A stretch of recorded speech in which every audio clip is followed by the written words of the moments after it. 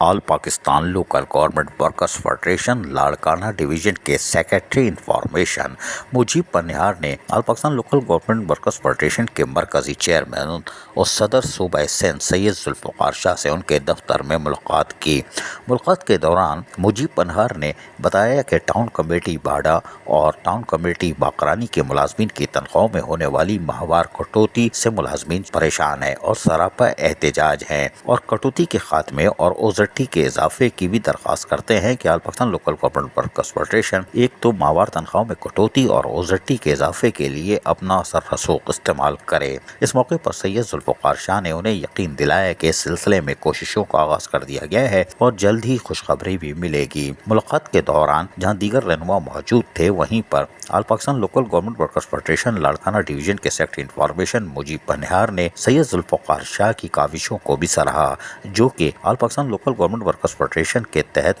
محنت کشوں کے جائز حقوق اور مراد کے تحفظ کے لیے عملی طور پر محنت کر رہے ہیں۔ انہوں نے کہا کہ صوبہ سندھ کے بلدیاتی ملازمین لاوارث ہو چکے ہیں، لوکل گورنمنٹ ان کی طرف نہیں دیکھ رہی، لیکن all Pakistan local government workers federation کے پلیٹ فارم سے جو کوششیں کی جا رہی ہیں، اس سے ہمیں یقین ہے کہ ٹاؤن کمیٹی بارڈ اور ٹاؤن کمیٹی باقرانی کے ملازمین کی تنخواہوں میں کٹوتی کا سلسلہ جہاں رکے گا، وہیں اوزرٹی کے اضافے سے تنخواہوں کی بروقت ادائیگی بھی یقینی ہو سکتی ہے۔ عزیز عارف کے BS بلدیاتی نیوز کراچی۔ ایسی ہی خوبصورت ویڈیوز فیوچر میں حاصل کرنے کے لیے ریڈ بٹن پر کلک کر کے اور بیل آئیکن کو پریس کر کے ہم سب کے سبسکرائبر بننا مت بھولیے۔